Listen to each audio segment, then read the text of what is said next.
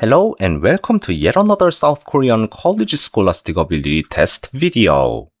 Today I've got you this nice little problem.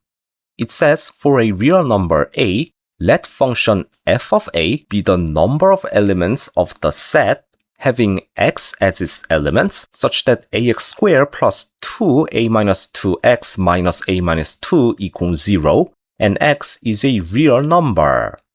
Which of the following is or are correct? And we have three statements A, B, and C. Statement A, limit of f of a as a approaches 0 is equal to f of 0.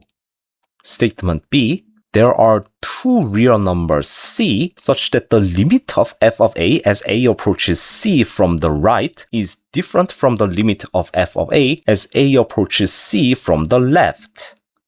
And statement C, function f of a is discontinuous at 3 points. Alright, before we investigate each statement, we must determine the exact graph of the given function f of a, which is the number of elements of this set. This set consists of an element x, which is a real number satisfying this equation. In other words, f of a is the number of real roots of the equation ax squared plus 2a minus 2x minus a minus 2 equals 0. And when it comes to the number of real roots of the equation, you know what to do, right? Because we have a quadratic equation, we must investigate its discriminant, right? Well, not so fast. First of all, are you sure that this is a quadratic equation? Well, it is a quadratic equation, but only if the leading coefficient is non-zero. That is, we must treat the case where the leading coefficient a is equal to 0 separately. In this case, the equation becomes the x squared term becomes 0, so we only have the linear and constant term, which is minus 4x plus 2 equals 0. That is the linear equation. This equation obviously has one real root, hence f of 0 equals 1. If a is not equal to 0, now we have the quadratic equation for sure, so now we think about the discriminant, which is 4 times a minus 2 squared, then plus 4 times a minus 2.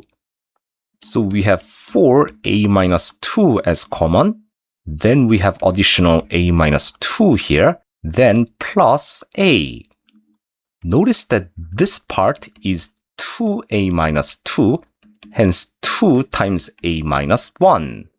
So in the end, we obtain the discriminant 8 times a minus 1 times a minus 2. If a is less than 1 or a is greater than 2, then the discriminant is positive, hence the quadratic equation has two distinct real roots. Therefore, f of a equals 2.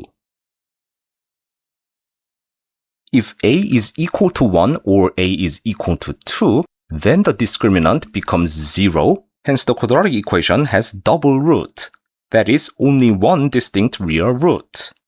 Therefore, f of a equals 1. If a is greater than 1 and less than 2, then the discriminant is negative, hence the quadratic equation does not have any real roots. Therefore, f of a equals 0. So we have investigated every possible case, and if we combine all of these, the graph of f of a looks as follows. We have f of 0 equals 1, the linear equation case, and f of 1 and f of 2 are also 1, the double root case, and the value is 2 when a is less than 1 or a is greater than 2, and the value is 0 when a is in between 1 and 2. With this graph, now let's examine three given statements and determine whether they are true or false. Statement A, limit of f of a as a approaches 0 is equal to f of 0. From the graph, you can notice that the limit of f of a as a is approaching 0 is 2, whereas f of 0, the value of the function when a is exactly 0, is 1.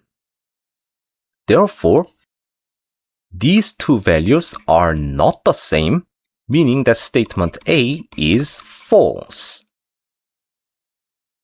Statement B, there are two real numbers C such that the limits of f of A, one where A is approaching C from the right and the other where A is approaching C from the left, are different. Basically, the problem wants you to find the number of points where the limit from the right and the limit from the left are different. And from the graph, you can notice that the limit from the left and the limit from the right are different at a equals 1 and 2.